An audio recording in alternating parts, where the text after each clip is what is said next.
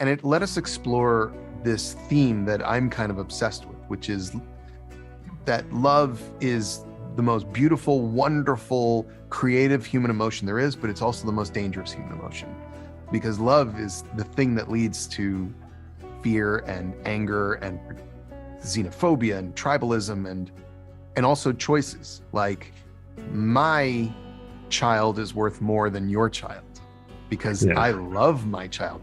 These are dangerous things, and we really explored it. Was all there in the game, and we've expanded it here in the show, and we get to do that through these new explorations like the way we do with Bill and Frank.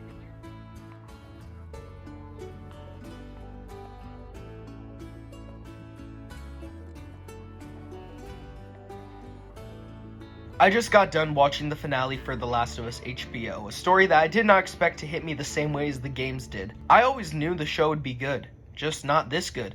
I cried, I laughed, I smiled. For some reason, the show made my cold, cynical smuggler with a dead daughter heart feel way less cynical. But before we talk about The Last of Us, this fucking masterpiece, did you know about my film project that's coming out soon? I have another YouTube channel. Actually, I have like 100, but there's one in particular that you all need to go subscribe to now. It's called Muggy Pictures. Right now, we only have one video, the trailer for my first short indie film, Modern Kids. This film means so much to me. While it was supposed to come out in November, I hope it comes out sometime in March. It's a personal love letter to not only my middle school years, but to the city I live in too. It's an almost melancholy send-off to the past and a great look for the future, a therapeutic project I made in the hardest of times. So subscribe to Monkey Pictures if you love me, if you love the cast of Dockham, hell, if you even just love Damien.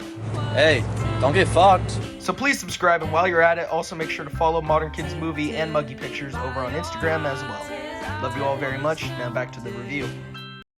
I gotta get you up, okay? I gotta get you up, all right? You come on. You come on. I know, baby. No, I know. Tommy, help me! Joe. Come on, baby girl. Come on, baby girl. I gotta get you up. Come on. Come on, get up. Come on, baby girl. Come on.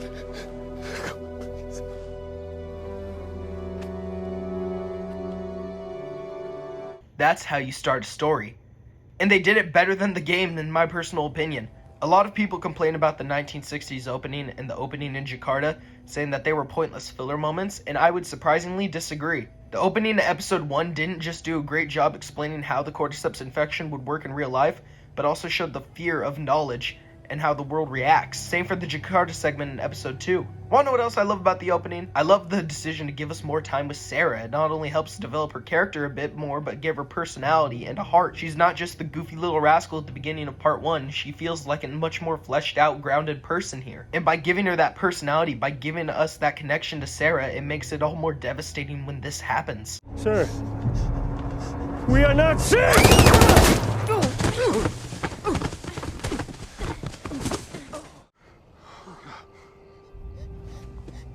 No. Okay. You're okay. Come on, baby. You're okay.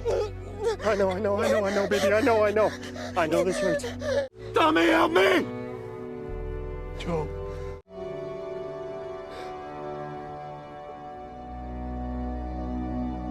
And even though I couldn't find any specifics on if this scene was written by Mason or Druckmann, it does feel like a good collaboration of the two. Druckmann does the usual, hitting us with an emotional gut punch and lets us serenade in the morning, and Mason establishes unconditional love, and he directs that love in a somber way. As a bit of a nitpick, we shouldn't have cut back to Tommy and then back to Joel holding Sarah.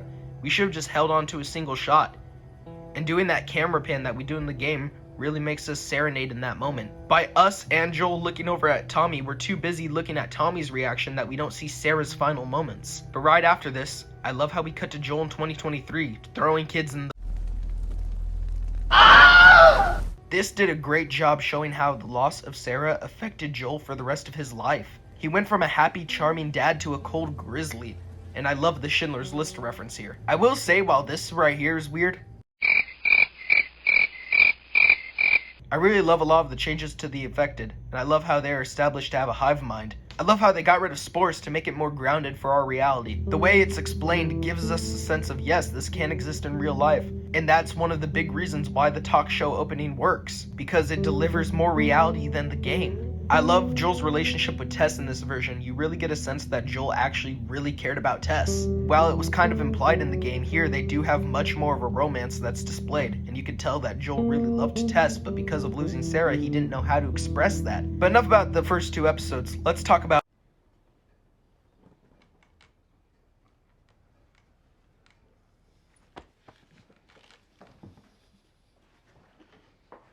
Bill and Frank. I think the Bill and Frank episode is one of my favorite episodes of television, like, ever. And it's definitely in my top 3 episodes for this season. I love the changes made to Bill's story, and I love what this episode does for Joel's story, and also for future stories. This episode helps Joel realize that he shouldn't be angry with the world just because of his loss, but he should open up and learn to love and protect Ellie, because losing someone you love will give you another chance for redemption. And the end of episode 3 is genius in so many ways, but the one I love the most is by giving Bill and Frank a happy ending. It almost tricks us fans of the games who know the story well to believing that Henry and Sam have a way out of this alive. And when they don't, it hurts more. But I'm not going to sit back and pretend like that's the only reason. We don't just feel bad for Henry and Sam because of episode 3. We feel bad for Henry and Sam because we love the relationship between Henry and Sam. They are complete parallels to Joel and Ellie, and Henry losing Sam and killing himself brings out Joel's worst fear of not protecting Ellie, or not being able to save Sarah. And Henry killing himself reminds Joel of how he tried to kill himself after Sarah's death and failed. While Sam resembles Ellie's worst fear in this journey, which is not being able to save somebody, for not being able to save humanity. Not saving Sam takes away that purpose that is her entire motivation, that purpose that gets taken away from her and makes her angry towards Joel for the entirety of part 2, that purpose that really anchors the entire story of part 2. I also loved Joel's violence and PTSD, as well as how it was portrayed. While Druckmann had a better writing style in 2013, at least in my opinion, I love his overall character writing and style that he brought into The Last of Us Part 2 and this show. My only downside about it is that my favorite things about Part 1 and 2 was that they felt like very different games. But now let's get to the title of this video, A Love Story from Hell, and that's very much in tune with the relationship between Joel and Ellie, and the 2 best depictions of this love story are in episode 8 and 9. Craig Mazin and Neil Druckmann wanted to explore love, the love a parent has for a child, and how it can be sweet and wholesome and blissful, but how it can become dangerous and feral if tampered with. And that's exactly what we see when— He can't help you. You focus right here, or I'll pop your fucking kneecap off. She's alive. Where? Oh, the town. What town? Joel loves Ellie. He would do anything to save Ellie, not because she's cargo, but because she's become his daughter. Joel does these things out of love, which leads to the finale and the moral debate Last of Us fans have been having since 2013. Did Joel do the right thing? And honestly, no. This is a story about toxic love, and instead of doing what he knows Ellie would have wanted by letting her die in the hospital, he kills all the innocent soldiers and doctors that will end up biting him in the ass or beating him in the head. Joel acted selfishly. He did this for his own benefit, and to me, that's what the game and the show is really all about. Relationships and choices. Wait.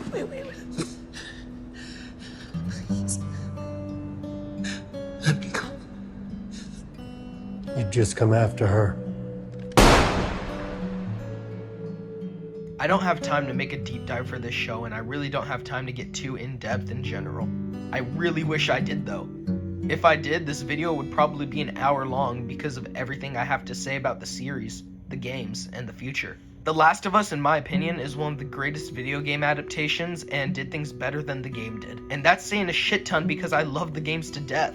Honestly, everybody should go watch The Last of Us and play the game. Experience what good character writing and storytelling can really do, and experience a true love story from a hellish world.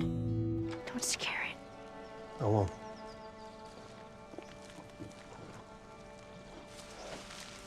What are you doing? It's all right. Can you hurry up? Come on.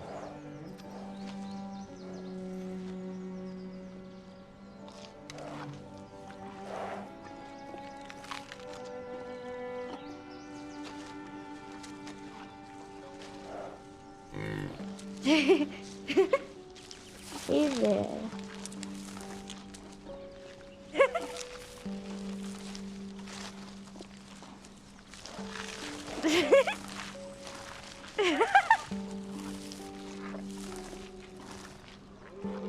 So fucking cool.